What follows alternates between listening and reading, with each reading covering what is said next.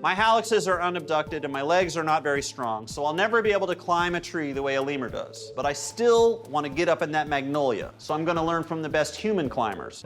Vivek and Thomas may look like J.Crew models, but they're actually biological anthropologists who research tree climbing techniques of indigenous people in Malaysian jungles. So these people are climbing trees to get food.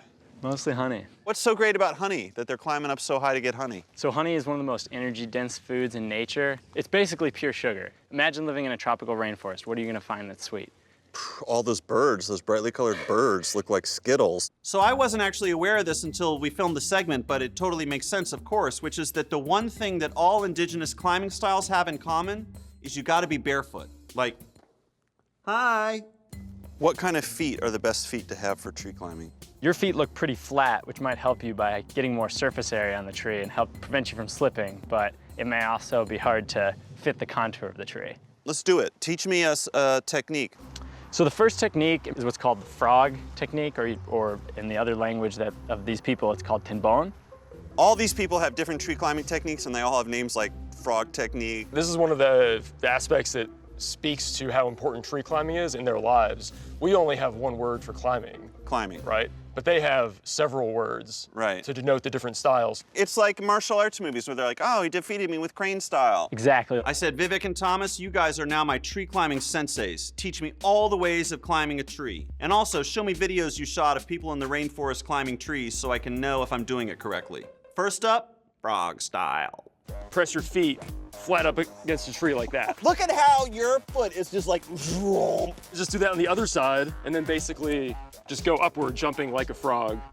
Well, let me try. So the key here is being flexible. So these parts of your legs you have to rotate down. Yeah, basically like that. Ow! Next, Changwood style. This is where you're basically gonna walk up a tree. Oh, yes, I am. Yeah. Yeah, there you go. And lastly, no-name style. Mystery style. There's no father to this style. So the final style involves getting your big toe around the tree. But it's good. Watch no-name style. Yeah, there you go. Now pull yourself with your arms. Yes. I'm trying to get that honey. I'm trying to get that honey.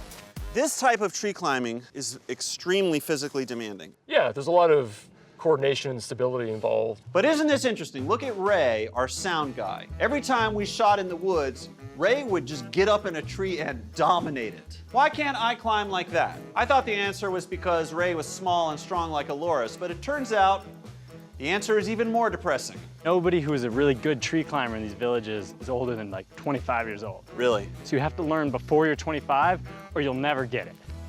So we don't need to make the rest of this episode.